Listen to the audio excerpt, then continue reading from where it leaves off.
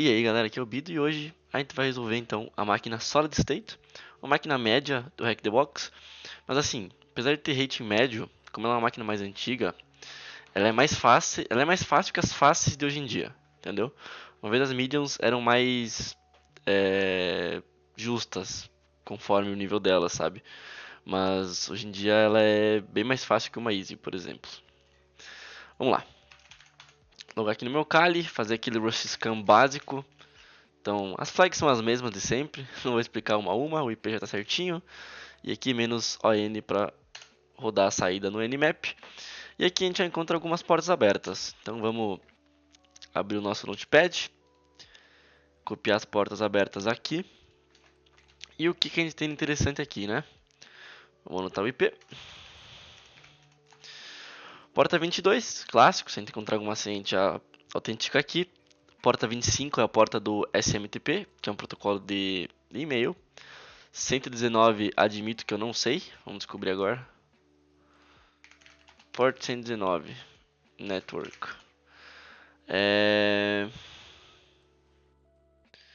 Quando você pesquisa e já não pinga assim logo de cara o protocolo, é porque ele não é muito utilizado. NNTP, transferência de mensagens de rede, algo assim. Enfim, não deve ser tão relevante, então vamos ignorar por enquanto.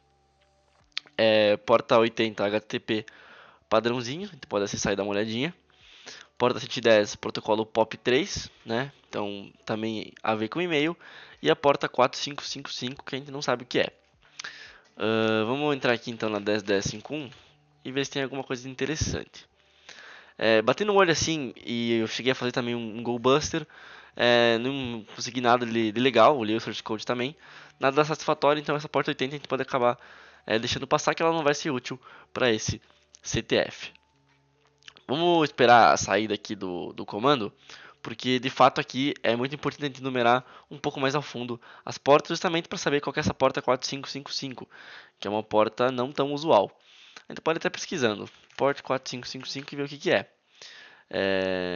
Aqui tem um protocolo que usa essa porta, que é o RCIP, que é um protocolo que é uma alternativa ao NAT ou ao NAPT, que mantém aí a integridade de pacotes end-to-end. Isso também não explica muita coisa pra gente, então a gente pode tentar autenticar nela. Então a gente pode autenticar com o Telnet, o IP da porta, o IP da máquina e a porta. E quando a gente tenta autenticar nela, a gente recebe aí um prompt para logar como usuário e senha. Mas como a gente não tem nenhum usuário e senha, a gente não faz ideia de quais são as credenciais. Então a gente pode tentar, por exemplo, admin e admin que é um padrão e vai dar um login feio. Mas aqui mesmo a gente já consegue enumerar esse serviço. A gente vê que é esse tal de James Remote Administration Tool. Se a gente pesquisar na interwebs por esse James Credential, Default Credentials talvez, vamos ver o que a gente encontra. Por padrão, a parte de James, né, o Administrator tem o mesmo usuário e password, e é root. Então, se a gente tentar autenticar com esse ID, com esse password, a gente tem sucesso. Digitando help para listar os comandos, a gente vê alguns comandinhos interessantes, por exemplo, o comando list users. Então a gente pode listar os usuários. Aqui a gente vê esse usuário aqui e esses aqui. Isso aqui é meio que um spoiler, né, do que está por acontecer, porque a minha máquina estava ligada quando eu resolvi, eu não resetei ela. Mas enfim, tem mais alguns comandos aqui que por enquanto não parecem tão interessantes. Na real, tem esse set password. E esse set password você configura aí o password de um usuário. Então vamos pegar aqui o usuário James, por exemplo, e setar o password dele. Então set password, username e password. Então James e a senha vai ser James123. Beleza, resultamos com sucesso. A gente pode dar um quit aqui para fechar a conexão. E agora a gente pode tentar dar uma olhadinha nas outras portas. Nessa porta 30 não tem como logar, a gente pode tentar logar com SH. Então SH James 10.10.10.5.1, que é o IP. E ver se ele está alterando o password da máquina, né? E permissão negada. Então provavelmente ou não está nem alterando o password na máquina, ou esse usuário James também pode ser que ele nem exista lá, né? Não quer dizer que ele existe ali na ferramenta, que ele vai existir de fato o usuário na máquina que hospeda esse servidor. Então, o que a gente pode tentar? Dá uma olhadinha na porta 110. A 110 é o protocolo POP, e se a gente tem um usuário e senha, normalmente, né, se é um POP 3, que a gente não tem certeza ainda, é só a porta padrão dele, a gente consegue ler os e-mails do usuário. O Nmap terminou aqui, e, bom, porta 22, nada interessante. Porta 25 é o estado de James, então talvez ele seja até um serviço de e-mail também. Mesma versão. O HTTP não trouxe nada interessante, a versão do Apache. Na 110 de fato é um POP3, bacana. E na 119 é aquele protocolo que a gente pesquisou. E na 4555 também, com o James Remote Administration Tool. Maravilha. Interessante que ele não tenta logar, né, automático com esse "-sc", que é os scripts padrões. Bom, enfim. Ok, vamos fazer o quê? Como a gente trocou a senha do usuário James, vamos ver se a gente consegue autenticar com ele nesse POP3. Então a gente pode dar um telnet 10.10.10.51, só que na 110. E fazendo isso, acho que eu me lembro de cabeça o comando. Se eu não me engano, você usa user e o nome do usuário para autenticar, e depois pass e a senha para tentar usar a senha. Acho que é user, então era James, né? Beleza. Agora pass e James 123. Beleza, autenticamos. Agora para listar a quantidade de e-mails que a gente tem na nossa caixa, a gente usa o list. E de fato não tem nenhum e-mail na caixa do James. Então a gente pode partir aí pro próximo usuário. Agora para finalizar essa conexão é meio paia. Vou dar um quit, um exit, alguma hora ele sai. Ctrl+C, Ctrl+C, Ctrl+C, Ctrl+C, quit, exit. Vai ainda assim, alguma hora sai. Fechou. Então vamos tentar conectar na 455 e alterar outra senha de usuário. Só esperar para autenticar, demora um pouquinho. Bom, eu, como já resolvi a máquina, não vou fingir surpresa, né? Com os usuários, eu já sei qual o usuário que a gente tem que ir atrás, tá? Alterando a senha do usuário John, se eu não me engano, a gente coleta um e-mail, e nesse e-mail ele comenta que a usuária Mindy é uma usuária nova, e que, enfim, ela vai receber as credenciais por e-mail. Então aqui tem um e-mail dizendo que a Mindy vai receber o e-mail com as credenciais, e no e-mail, na caixa de entrada da Mindy, a gente consegue achar essas credenciais. Então se vocês quiserem, vocês podem trocar a senha, que é, esqueci o comando, é set password, do usuário John e ler aquele e-mail, se vocês têm curiosidade. Mas caso não, é só trocar aqui a senha da Mindy para Mindy 123. Inclusive, quando eu fui fazer o CTF, eu fiz 1 a 1 e a Mindy é a última, que vocês podem ver, então acabei que perdi um tempão nesse processo em vez de começar de baixo para cima. Mas vamos lá. Beleza, vamos dar um quit para iniciar a conexão. E agora, conectar no POP3 para ler as mensagens da Mindy. Esses comandinhos de user, de etc e tal, é claro que eu já estudei, né? Mas se você é novo e não sabe dos comandos, você pode vir aqui POP3, eu sempre pesquiso o nome do protocolo e pentest. Normalmente sempre tem um gitbookzinho aqui do Hacktricks, que é um cara fenomenal aí, não sei se é um cara, enfim, uma organização, mas esse Hacktricks ele salva muito a vida dos pentesters, porque ó, tem muito conteúdo aqui, ó, muito conteúdo. E aqui eles ensinam, né, a respeito daquele protocolo. Então, ensina a pegar o banner, ensina você a fazer brute force e também os comandos básicos aqui, ó, user, pass, list. Aí depois a gente vai usar para ler os e-mails, ok? Então aqui a gente pode vir user mind, né? Pass mind123. Agora a gente pode dar um list e a gente vê que tem dois e-mails. Então a gente pode dar um Hatry, né? RTR1. Aqui é dando as boas-vindas, né, para mim, de que ela está começando na empresa. Se a gente der um hat2, a gente consegue encontrar as credenciais dela aqui. Então, a gente já pode deixar anotado. Beleza? Credenciais coletadas. É claro que a gente vai tentar testar elas aqui no SSH, certo? Então, a gente já pode autenticar com o password. A gente vê que é um terminal meio diferente, certo?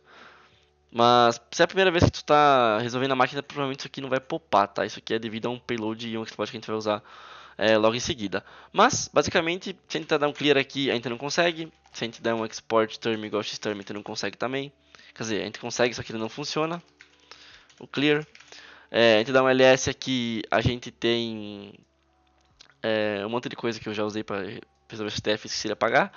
Mas tem aqui a nossa flag, então você dando wc-l, o comando não existe, né? No caso aqui eu só queria mostrar para vocês a quantidade de caracteres, wc-c, né? Não "-l".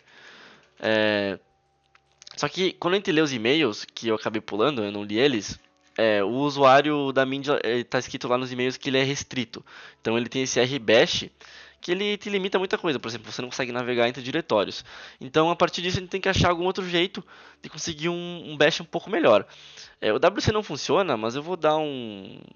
Que comando eu poderia usar? Enfim, vou dar um cat mesmo, acho que não tem problema mostrar a flag. Mas daqui você já consegue coletar a flag para resolver, né? Pelo menos a user flag. Agora começaria a parte do root, né? De conseguir root. Então, beleza, deixa eu dar um Ctrl C aqui e fechar essa conexão. E ok. Pesquisando um pouco mais sobre essa saída aqui do Nmap e um pouco mais sobre o James Remote Administration Tool, a gente encontra um exploit para ele.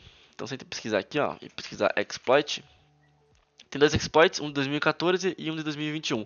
É basicamente o mesmo exploit, só que a diferença é que o 2021 está um pouquinho mais atualizado. Ele mesmo comenta aqui, né, o autor. Não sei nem se é o mesmo autor, talvez seja, ou não, acho que não, porque ele cita aqui os autores originais. Enfim, cita aqui as diferenças que tem nesse payload, tá?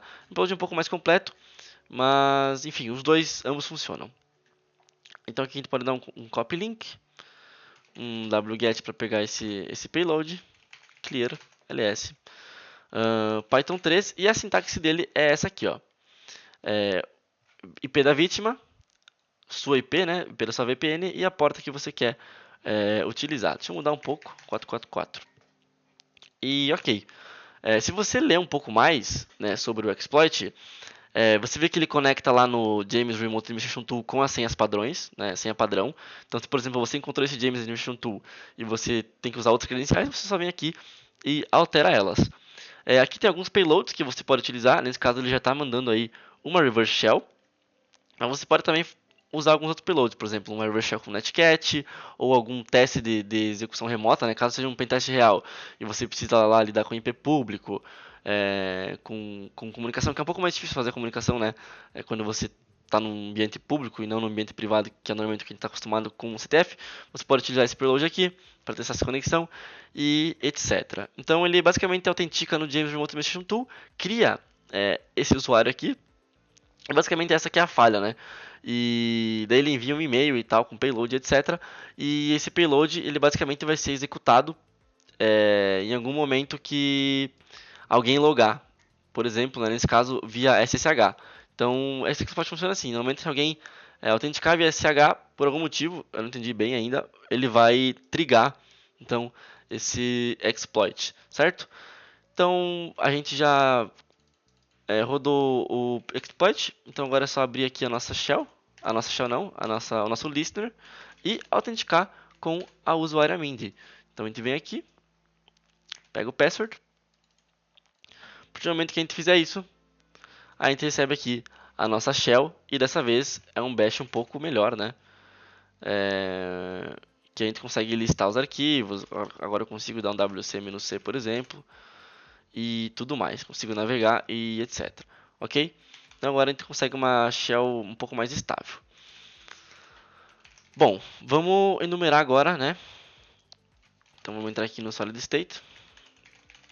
Enumerar com o nosso querido limpias de cada dia nos daí hoje. Então, fazendo aquele procedimento padrão, né, pessoal? Não estou explicando o que eu estou fazendo aqui, porque eu faço isso basicamente em todo o CTF. Se você tem alguma dúvida, só perguntar.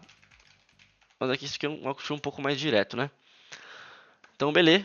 Dá um chmod mais x para dar permissão de execução por limpias. E executar ele aqui. O que é a questão aqui, tá, pessoal? Primeira vez, eu sempre executo limpias no /tmp por padrão. E a primeira vez que eu executei, eu percebi que o meu limpias estava sendo excluído, ou qualquer coisa que eu colocava lá estava sendo excluída. No primeiro momento eu pensei que como era o limpias e ele excluiu muito rápido, assim que eu coloquei, que tinha algum anti-malware, alguma coisa que estava bloqueando limpias, enfim, scripts desse tipo. Mas a questão é que na real deve ter na real tem, né, um cron job por trás que está fazendo aí a limpeza desse diretório TMP e a gente descobre esse carinha rodando limpias. Em algum momento ele vai apontar para nós, não o cron job, ele vai apontar um arquivo suspeito. Mas eu também vou ensinar vocês a usar o PSPy, que é uma ferramenta que o Júlio, muito obrigado Júlio, me mostrou que você consegue meio que identificar aí cron jobs que são escondidos, né? Que você não teria permissão para ver, que se você, enfim, enumerasse lá manualmente ou com alguma ferramenta não enxergaria, mas usando essa ferramenta PSPy, que você consegue ver processos ativos que estão andando em background até do usuário root, a partir disso você consegue enumerar esse cron job, certo? Então, às vezes quando você está muito travado no pre-escalation, talvez isso seja uma solução para você. Nesse caso, não precisaria, tá? Bastaria um pouco de senso para entender o que está acontecendo, que tem um cron job rodando, mas é sempre bom estar atento, porque, por exemplo, se eu não tivesse identificado esse arquivo que o limpias vai identificar, a gente não saberia que tinha um cron job rodando e só identificaria isso com o auxílio do PSPy, certo? Terminou aqui o limpias, e a questão aqui, eu vou ir direto ao ponto, óbvio, ele aponta para nós que tem arquivos suspeitos no diretório opt, que no opt normalmente ele está vazio, né? Principalmente CTF. Então, vamos ver onde é que ele aponta isso.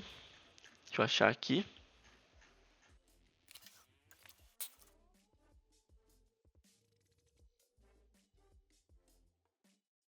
Achei aqui, pessoal. Ó, não esperado em barra opt normalmente vazio. Tem esse James, né, que é o próprio James Administration Tool, e esse tmp.py. Vamos anotar esse cara aqui. Sempre bom escrever tudo. E então vamos entrar lá no cd barra opt. Cd barra opt clear. E se a gente der um cat nesse tmp.py, a gente vê que ele é um arquivo Python que está chamando o sistema, né, e apagando o diretório TMP. Se a gente criar um arquivo lá no TMP, eventualmente esse arquivo vai ser deletado. Ou seja, esse arquivo aqui está sendo executado de tempos em tempo. Então esse seria o bom senso que eu comentei, né, que a gente teria que utilizar para adivinhar que isso está rodando num cron job. E a questão aqui é que a gente tem permissão de execução. De execução não, né? Permissão total nesse arquivo para editar da maneira que a gente queira. Então, com base nisso, a gente consegue fazer o que a gente quer, né? Já que está sendo executado pelo root. Como é que eu identificaria isso pelo PSPy? Eu vou baixar ele aqui. Estou até com ele aberto. E primeiro que eu tenho que identificar qual que é a arquitetura da máquina. Então eu dou um uname "-m". E a gente vê que ele é um x32, né? Porque ele é um x86, no caso, então é 32 bits. Então a gente viria aqui e baixaria a versão 32 bits. Então dá um wget aqui. Baixou a versão 32 bits, maravilha. Agora a gente pode dar um Python aqui, wget.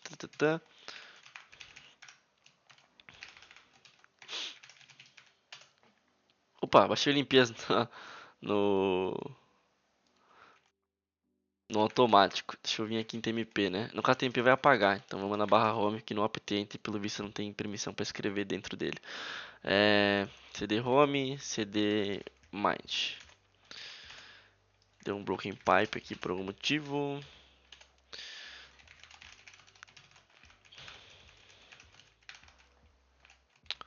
PSPy 32. Maravilha, só dá permissão de chmod mais x PSPy 32 e só executar o carinha. Ele vai primeiro listar os processos que estão rodando já, então como se fosse um ps-aux. E aqui a gente vê, né, o UID, então aqui com o nosso usuário, que deve ter esse UID aqui, claro, é nosso usuário mesmo que está aqui, e o usuário 0, que é o usuário root, certo? Então tem aqui o usuário de sistema, etc. Mas ele vai listar, além dos processos que estão rodando, ele vai ficar ouvindo os processos. Então, em algum momento, vai popar aqui esse cron job que está rodando por trás. Vai demorar um pouco, porque se não me engano ele roda a cada 3 minutos. Então, vamos aguardar aqui um pouco. Beleza, se vocês observarem aqui, a gente vê que ele utiliza esse comandinho cron-f. Isso aqui é para rodar um cron, se não me engano, em background, algo assim. E logo em seguida a gente vê que o usuário root está executando esse comando aqui, ó. Então ele chama uma shell "-c", né? Então chama o terminal o sh com "-c" e executa o comando Python e aquele arquivinho lá. certo? Então é aí que a gente descobre esse cron job. E daí, logo em sequência, ele remove aqui de outras maneiras também o. Na real, o próprio Python aqui, né? Tá chamando esses caras aqui. Beleza? Então, ferramenta muito interessante aí. Obrigado, Júlio. Eu só não sei como é que eu quito dela sem crashar com o meu shell. Porque se eu der um Ctrl C aqui, ele vai crashar a shell inteira, eu acho. Tenho que descobrir isso. Júlio, me responda no WhatsApp como é que faz isso.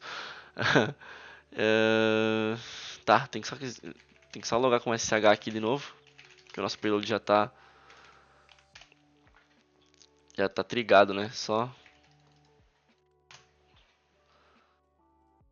Acho que eu dei um enter sem querer. Beleza. Então, pessoal, agora a gente vai lá no CD opt então e edita esse cara como a gente bem entender. Primeira vez eu fiz como? Eu fui lá no Reverse Shell Generator, pesquisei, vamos lá, Reverse Shell Generator. Aí eu vim aqui em Python e taquei esse carinha lá dentro, ó. Que nem eu fiz em outro vídeo, eu acho. Botei linha bonitinho e uma hora ele popou o Reverse Shell. Isso é uma maneira ok, mas eu vi outra maneira de fazer esse. Vou ter que melhorar essa shell aqui. De fazer esse Privilege Escalation, que é dando um SOAD bit pro /bin/bash, né? Isso é uma maneira muito comum também, que eu vou tentar fazer aqui também com vocês. Só quero sair desse cara aqui agora. Deixa eu melhorar minha shell para conseguir editar bonito esse tmp.py aqui. Deixa eu abrir aqui minha colinha.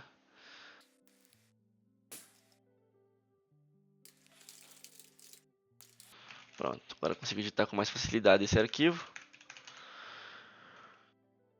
E bora lá, vamos ver se vai funcionar. Pra ser bem sincero, eu vou fazer isso agora com vocês. Não testei antes. Chmod, aí o SID bit é o octal 4, né? Então 4 7777 bin bash. E ver se isso aqui funciona.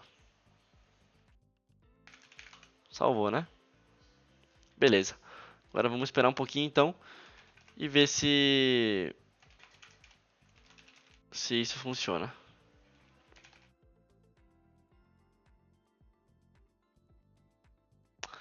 Beleza, vamos ficar monitorando aqui. Se em 3 minutos virar um Szinho aqui, quer dizer que deu certo. E provavelmente a gente vai conseguir então summonar uma bash como usuário root, né? Porque o root é o dono desse binário aqui. Bom, depois de aguardar aí os 3 minutinhos, dá pra ver que o nosso /bin/bash está com SID bit e também com outras permissões que eu adicionei. Então a gente pode dar um /bin/bash -p e somos root. Show?